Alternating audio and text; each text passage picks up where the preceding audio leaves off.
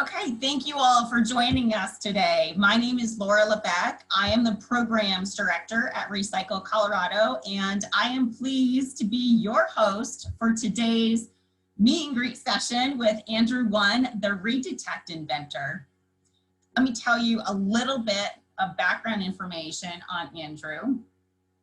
Anderew Woen is an accomplished senior attending the Peak to Peak Charter School. He is the award-winning app creator and inventor of the ReDetect app, which, as we will all see here today, is a new way to get people to recycle more and to recycle confidently. Anderew's ReDetect invention has gotten recognition from Congress, from Yale, and from CBS News. Anderew is an industrious young adult who graciously volunteers his time and talents to help his community. From working with the University of Colorado Boulder with programming tools for cancer research, to volunteering at his church's worship band, and to building robots for sanitation. I have found Anderew to be a remarkable young man, and I know that you will too. It is my great pleasure to introduce to you Anderew Woen. Anderew? Thank you so much, Laura, for the introduction. And thank you all for joining me today. I'm deeply honored to have this platform to tell you all about something that I firmly believe will reduce recycling contamination. So now it's clear that one root cause behind the recycling crisis we are seeing today is people not knowing what to recycle. I've asked friends, families, peers on what items can be recycled, and usually I get one of two answers. Either a simple shrug or an, I don't really know. These responses are not exclusive to my own social bubble. Just look at the nationwide statistics. We can be recycling 75% of the waste we produce in the United States, but we only have a recycling rate of 35%. This is in part because we have a recycling contamination rate of 25%. People who don't know which items can be recycled are much more prone to recycling non-recyclables, which contaminates recycling, turning valuable material into useless trash. Because of this, recycling centers are struggling to sort out heavy influxes of contamination, losing stable markets for their recyclables along the way. So how exactly have we been informed people on what can or cannot be recycled? And are these even the best methods? Next slide. Now, one way of informing people of what can or cannot be recycled is the use of posters. We see them all over, pinned to recycling bins, plastered on walls. However, posters may not be as effective as we'd like to think. To prove this, I'll work off a concrete example to explain the issues. At my school, there are a variety of posters telling people what can or cannot be recycled. For visuals, they are the three images from the right on the presentation. Now, on the surface, they seem to be fine, and that is what I had originally thought too. But then my homecoming rolled around, and feeling pretty thirsty, I went to get a plastic cup and filled it with the watered-down Kool-Aid they were serving down that night. After scarfing my drink, I headed over to the waste bins and saw a bunch of plastic cups inside the recycling bin. I checked the poster they put on the bin, the second image from the left, and saw the word plastic. Not wanting to make my date wait any longer, I quickly threw the plastic cup in the recycling. Later that night, I found out that plastic cups were not recyclable in my area after doing some research online. Now, every poster in my school says that plastics are recyclable. I encased these in the red circles. As you can see with the second image from the left, it says just plastic, nothing about plastic cups. With the image right next to it, the text for me is kind of smaller, but it says plastic containers with matching lids, which is of course wrong. And then we have the last poster here, which says plastics that contain liquids. All of these posters are wrong because of the fact that they don't tell people that plastic cups are not recyclable. And people can easily make the mistake of recycling plastic cups because they see the word plastic. Now, it's apparent that the error is having a lack of specific information. And it may be easy to think that we can just make these posters more useful by adding more information. The thing is, when someone is in a hurry, there is still room for human error. When I threw my plastic cup away, I was in a hurry and didn't think really too much about the poster. As you can see, the second poster from the left was designed to be simple and minimalistic. It just had the word plastic, something that you would only take a glance at. With that, however, it lost its accuracy. Now, if we increase this accuracy, we will see a loss in its effectiveness when used by people who are in a rush or when used by people who simply do not care enough to read through the entire list. I've also seen a third case where a language barrier has made the poster less useful. The fact is that posters allow for too much error because it has trouble balancing accuracy and effectiveness. Next slide. Another way of informing people of what can or cannot be recycled is through providing information with online databases. I used the EcoCycle A through Z website to find out that plastic cups were not recyclable. Even though it is a reliable source, it did take time to search up. I knew that my school's recycling went to EcoCycle, but not everyone at my school knows this. If you search up the general question of, are plastic cups recyclable, without the phrase EcoCycle, you find a variety of sources that say that they are and that they are not. For example, one says that clear plastic cups are recyclable, but that's for Massachusetts, not for Colorado. When people are in a rush, it is possible that people are not going to remember that different locations have their own lists of accepted recyclables. Even when I searched up EcoCycle plastic cups, I was not given a clear answer immediately. I clicked the first link, which directed me to a page talking about how EcoCycle now accepted 1 through 7 plastics. The first thing that my eyes drifted towards was the image of recyclable items put onto the webpage. I have it in the presentation.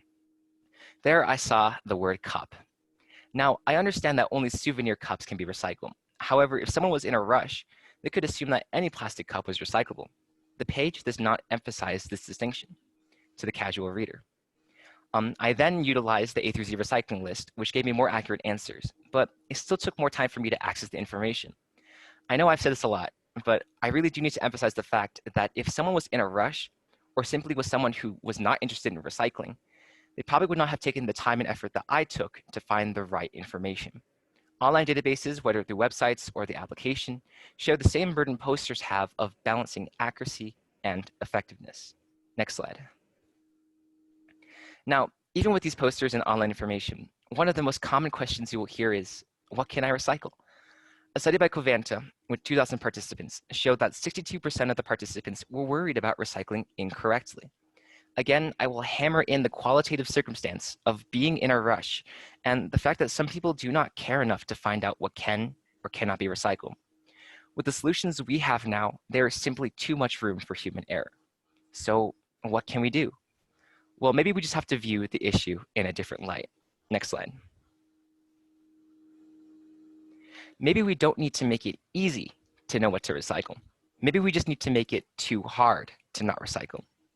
Now, I know to some this may sound redundant, but hear me out here. No matter how easy we make it to know what to recycle, people still don't seem to know what to recycle. So what we need to do is adapt to the game and play by their rules. If people don't remember what can be recycled, that's fine. As long as they are recycling correctly, we win. So how can we exactly achieve this? Next slide.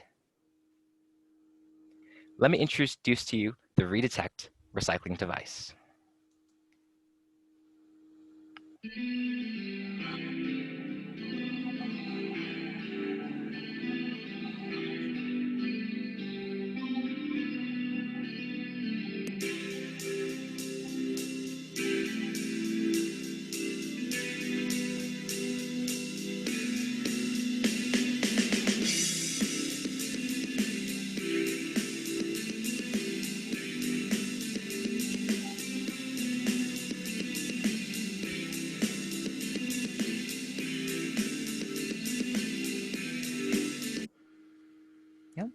So now, as you all saw, all you need to do is put an object underneath the device's sensors and it will light up green if the object is recyclable. It is as simple as that. You don't have to know what is recyclable. You just have to let the device tell you. With the Android mobile app, instead of typing, all you need to do is open the app, take one picture, and press one button to figure out what is recyclable. Next slide. Now, in order to prove its accuracy, I put together a program that ran through a compilation of test images corresponding with a recyclable and non-recyclable label, and had it report out the accuracy for 4 categories. As you can see, the ReDetect recycling device is hitting accuracies on and above 98%. The more data I collect, the better the accuracy will be for the device. And when I talk about data, I mean images. Next slide. One major goal is to have these devices be sold commercially to homes. Here are the prices for the devices. The ReDetect devices come in 2 versions, the Pro version and the Lite version. The Pro version sports a spectrometer used for more accurate material identification. On the left here is the Lite version of the device, and it is $35 without the spectrometer. And then on the right version, we have the Pro version of the device, which has the spectrometer and is, of course, more expensive in price. Okay, next slide. As time goes on, I hope to implement these devices in public areas and within homes in order to help increase the recycling rate. But my biggest challenge, however, is the fact that I'm just one person. I'm trying to pursue this passion while also trying to not disregard other aspects of my life. I wanted to do this meet and greet partially because I'm looking for someone who can help me pursue my goals. I'm looking for someone who is able to put my product in the hands of the consumer, someone willing to commercialize and sell the device with me, or even just someone willing to point me in the right directions.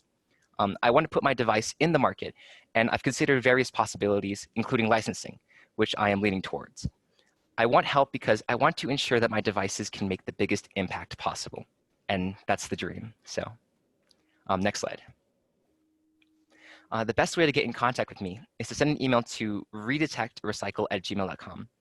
You can also go to my website. I have a contact form at the bottom, and you can learn a little bit more about me and I guess the other aspects of me. And you can also search up Anderew Woen on LinkedIn and just message me from there. I'm now willing to answer any questions you all have about my work. Thank you so much, Andrew. That was fantastic. So if you have questions for Andrew, please email them or send them over to me using the Q&A feature. And in the meantime, Andrew, I think this is such a marvelous device. We heard in a session yesterday, the gentleman from the Denver Museum of Natural History saying how signage is so problematic that people they have something in their hands and they just want to discard it. And they're, freaked out on, is this trash? Is this recycling? So what you've created with ReDetect really helps them. It's a fast way to be able to determine if this is recyclable or not. Mm-hmm. And instant feedback, just-in-time feedback and instant feedback. Yeah, it's pretty quick too. And yeah, I see the comments here. Thank you all for the kind words. Excited to learn more about the app. And yes, I will reach out to Calder. Yeah. Thank you. Yeah. So a couple of questions that I have for you. Mm-hmm.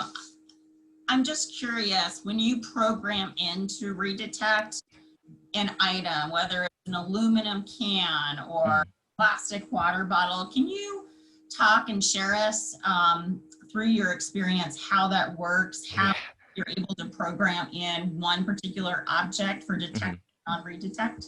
Yeah, I can go through the process. So this specific process that I'll be talking about is the process that I do for each single type of item that I want to detect. So let's say I have water bottles, right? I want to detect those. Well, as we know that water bottles kind of have a sort of, I guess you could say, distinct shape that we can all recognize, because we can all see and we've all seen them a lot. But if you really think about it, they all have different variations. They can be larger, smaller, maybe different orientations, all that kind of stuff. So what I need to do is basically create a detector that is able to figure out every single variation of that bottle and still recognize it as a water bottle. So step one is basically going to Google. I hatched together a JavaScript kind of program. I went into console and I had it simulate downloading basically every single image on the Google database, for example, for water bottles. And I basically save it to a file on my computer. So that's step one, getting the images. And of course, when I download the images, not all the images are quite the quality that I want them to be. But that's why I have to sift through them.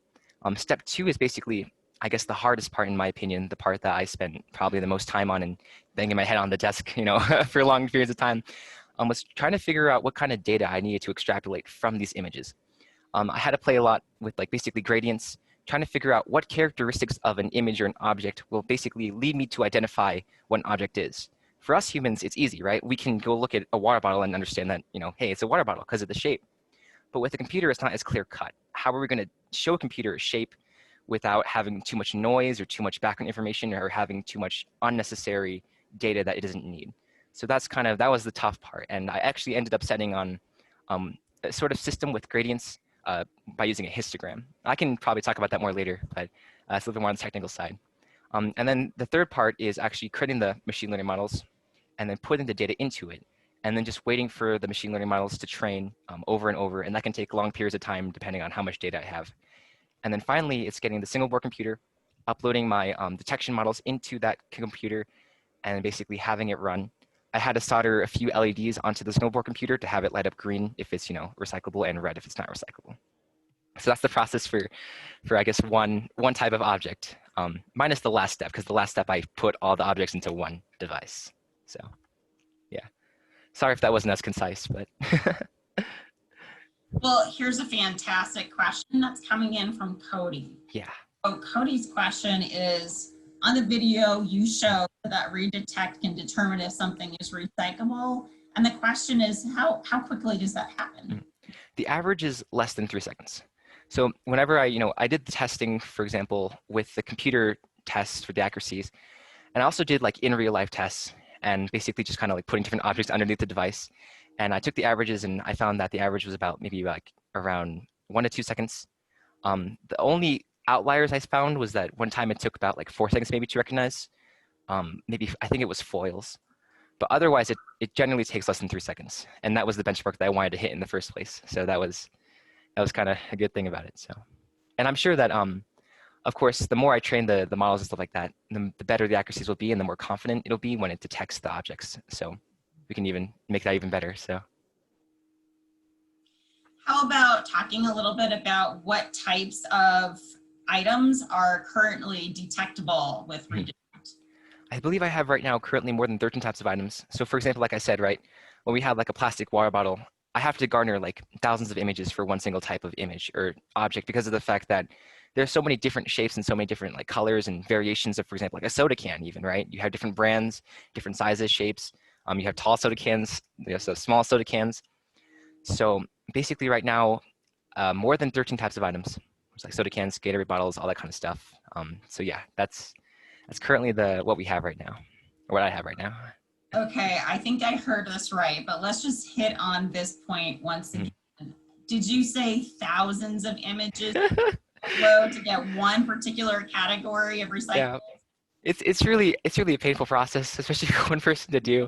I mean, I like just putting music on and just doing it, but again, I download all my images, right? But maybe like 1 to 4 of them are just really bad images, right? They're not going to be images I can use. They're going to be like images. When I search a water bottle, for some reason I get like an image of like, I don't know, like Chuck E. Cheese or something, and it's not the right image I need. So I have to sort through all of that first manually because, I need to detect it. And then after that, when I have all of my images, I basically need to create various bounding boxes on each single one of the images to help my detections know where exactly the image is, or where exactly, sorry, the object is within an image. So that takes hours upon hours, and that was the grueling, tedious part. But I made a few improvements. I coded a little bit of some utilities to help me with the bounding boxes and the sorting, and that helped me streamline the process. But still, it's a long time. It is. Well, I think that leads in really nicely with the question coming from Jonathan. He says, is there anything that could confuse the device? Anything that could confuse the device. I Like don't maybe believe water in an item, or any, if there's a contaminant that's still in the item, could that throw it the could be. That's the thing, right? So one of the best things about the device is that even if there are, like, for example, outliers, let's say, for example, it doesn't recognize that there's something in the water bottle that's not supposed to be there, right? What I can do is I can take an image of that, put it into my model, and train out, basically, I believe the term is called negative mining. So what I do is I take the images that, for example, are getting detected that shouldn't be detected. For example, like if pizza got shoved into a water bottle and for some reason it detected when it's not supposed to, I can basically put that image into my device, into my model, and basically say, hey, if you ever see anything sort of like this, or you see this variation, just do not have it at all. So that helps it so that it doesn't get confused. I believe that the reason why this method is very accurate and doesn't take as much time is because of the fact that the way that I extrapolate the data isn't too much based on, I guess you could say, light or sensitivity, and it's able to basically kind of hammer in specific characteristics of, for example, an object with an image. So it doesn't get confused easily, but then again, there could be cases, I bet there could be some outlier cases, but even if there are, they can be mined out, so yeah.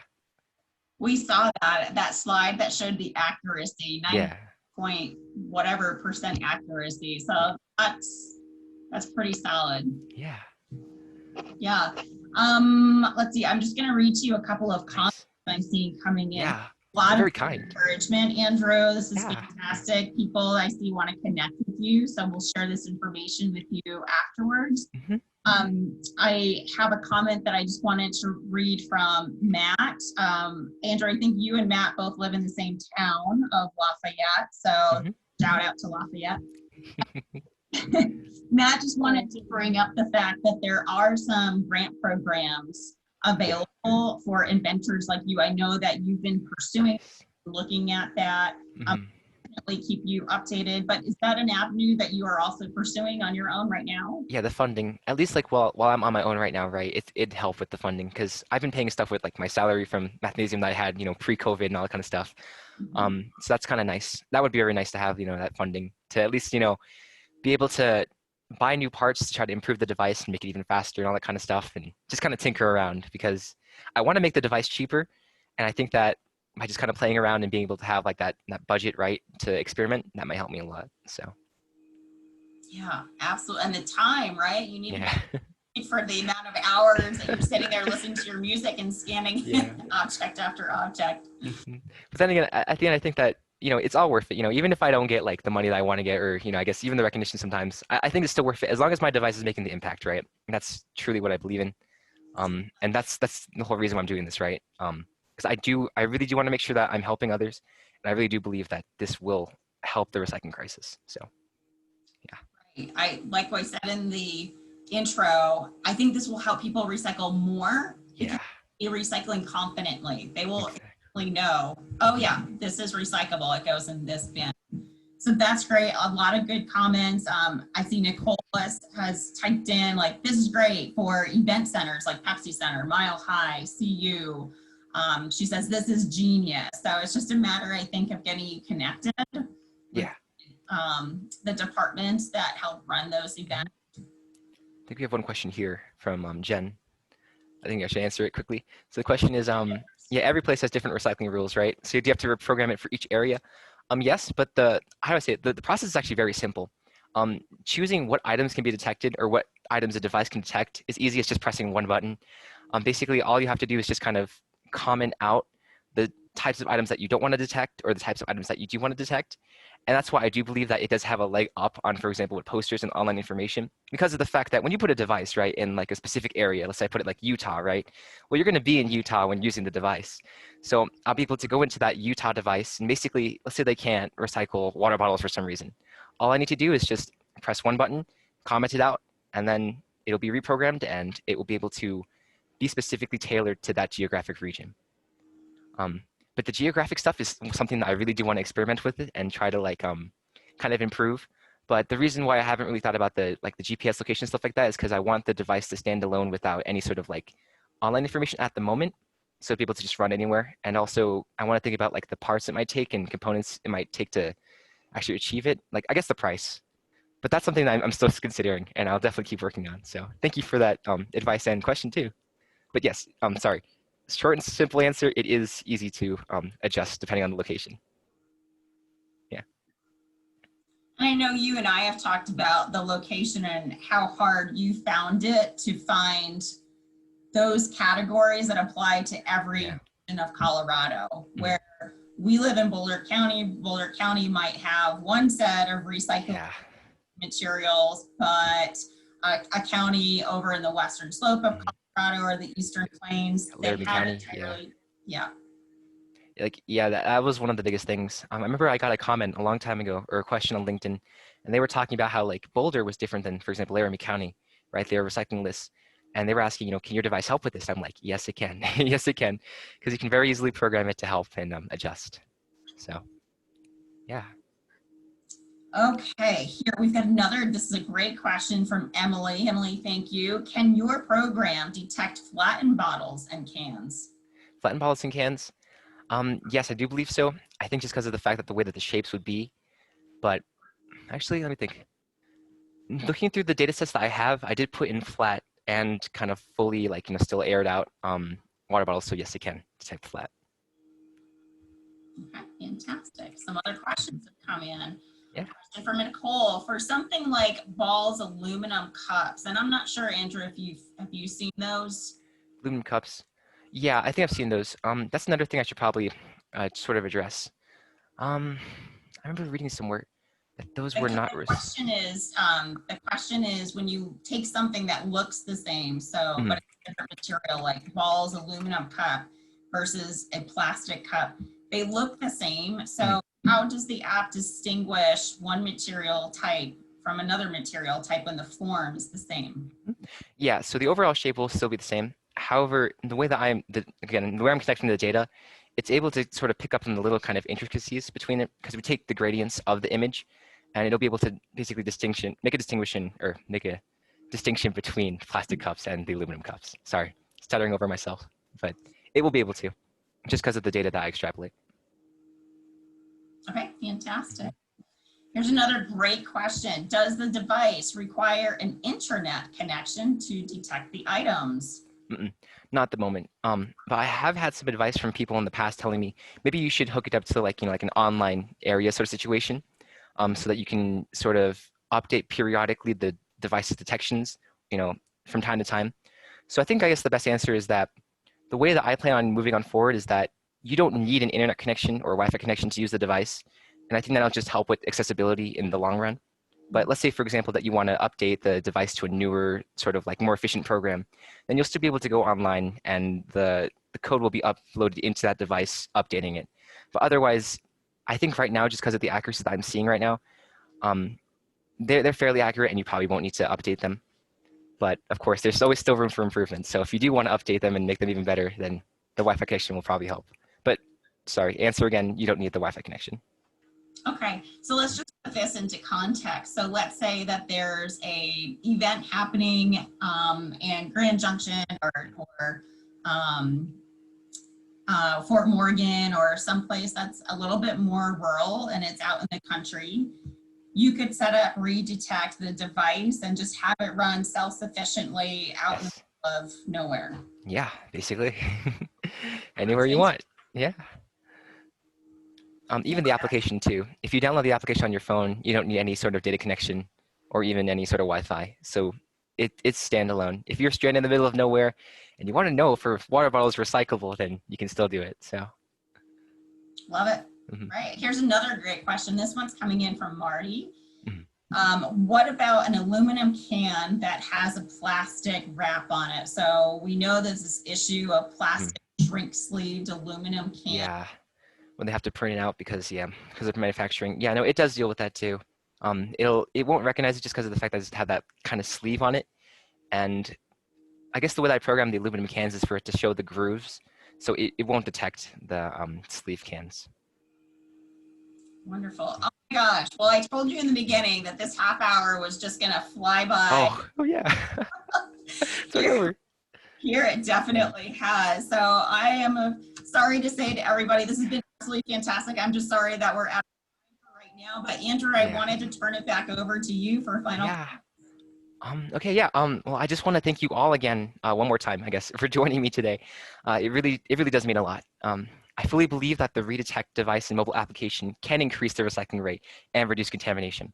Again, if you want to get in contact with me, just email redetectrecycle@gmail.com. Visit my website or just find me on LinkedIn. So thank you again all for joining me today. I really do appreciate it. Repeating myself. You are absolutely fantastic. And thank you, Andrew. And I did post Andrew's website in the chat. So you can find anderew1.com. That link is in the chat. And I just wanted to say thank you very much for attending today's session and hang around because we've got some other fantastic sessions coming up starting at 1 o'clock and then at 2:30. So please be sure to join our upcoming sessions. Thank you all.